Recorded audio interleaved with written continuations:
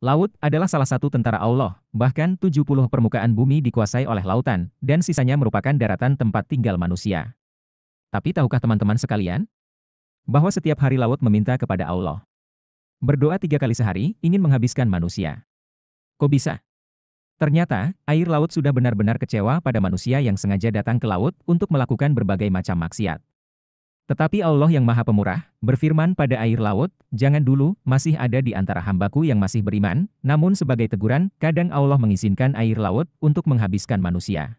Dikarenakan terlalu banyak maksiat yang bertebaran, rupanya, kejadian air laut ini, sudah terjadi di zaman Nabi Nuh alaihi salam.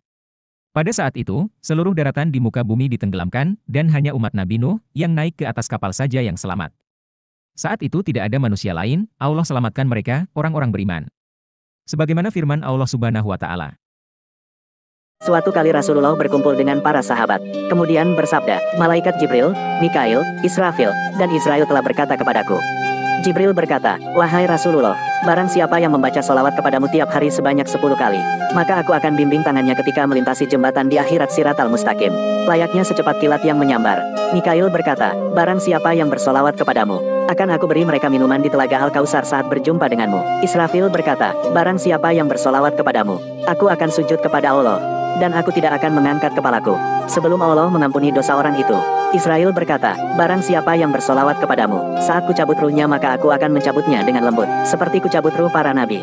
Semoga kita mendapat syafaat baginda Rasulullah Shallallahu Alaihi Wasallam kelak. Amin amin ya robbal alamin. Assalamualaikum. Rasulullah tersenyum ketika ayat ini turun. Surah ini adalah surah Al-Kausar, yang menjadi penenang hati Rasulullah, yang tengah bersedih atas meninggalnya putranya. Dalam suatu riwayat dikisahkan, Rasulullah menundukkan kepalanya sejenak, lalu beliau mengangkat kepalanya seraya tersenyum. Para sahabat bertanya, "Mengapa engkau tersenyum ya Rasulullah?" Maka Rasulullah menjawab, "Sesungguhnya telah diturunkan kepadaku suatu surat." Lalu beliau membaca surah Al-Kausar. "Tahukah kalian apakah Al-Kausar itu?" Mereka menjawab, "Allah dan Rasulnya lebih mengetahui." Rasulullah Shallallahu Alaihi Wasallam bersabda, "Al-Kausar adalah sebuah sungai telaga yang diberikan kepadaku oleh Tuhanku di dalam surga.